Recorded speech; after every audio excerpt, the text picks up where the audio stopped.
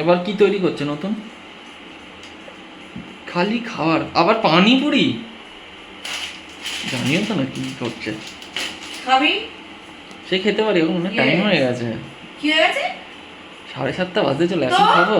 আমি রাত 10টার সময় ফুচকা খাই। সে তুমি, ওটা তুমি, আমি আলাদা। দুর্গাপূজার সময় খাওনি, 9:30টার সময় গবগবি ফুচকা তখন। সেটা রাস্তায়। সেটা রাস্তায়, আর এটা আমি ঘরে ভালো তেলে ভাজবো।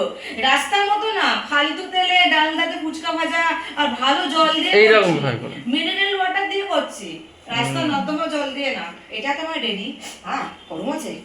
আরে ভালো গরম। ঠিক আছে করো। বাবা এটা আবার কি করছো? এটা ভাজা মশলা। বাবা এরে হাঁচি ফাঁচি হবে তো। হ্যাঁ হাঁচি। বাহ, ভাজা মশলা হয়ে গেল। यस এটা না দেখি। বাবা পুরো একদম ব্রাউন সুগার মতো দেখতে লাগছে।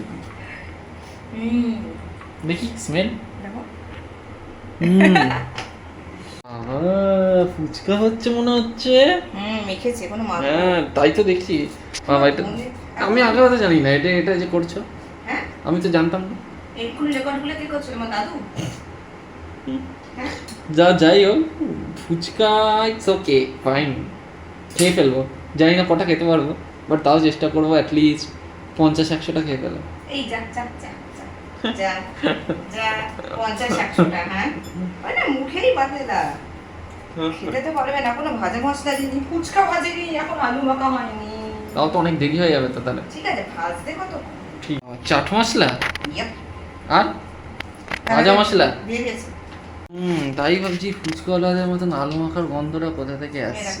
এই তো নাইস রাইট? দারুণ। বাবা অনেক, বাবা কতগুলো হচ্ছে এটা? তার এখনো বেশি হয়নি, এটা লো ফ্লেমে করতে হচ্ছে। এটা হয়ে গেলে উঠে। বাবা ফুচকা রেডি, এবার কি জল হবে? ইয়েস বাহ জল হবে।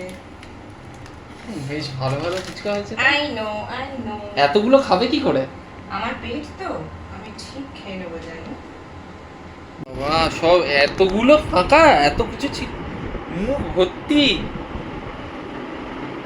বাবা সব খেয়ে ফেললে, আমার জন্য একটাও রাখলে না?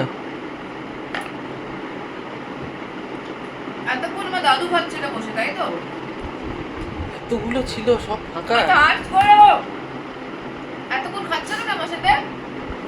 আমি এতক্ষণ খেতে পারি? এই ভাবতে থাকতে 50টার উপরে হয়, 50টার শেষ। তুমি তো 20 খানা খেলে আমাকে আবার বলছে এই বলো চলো টাটা।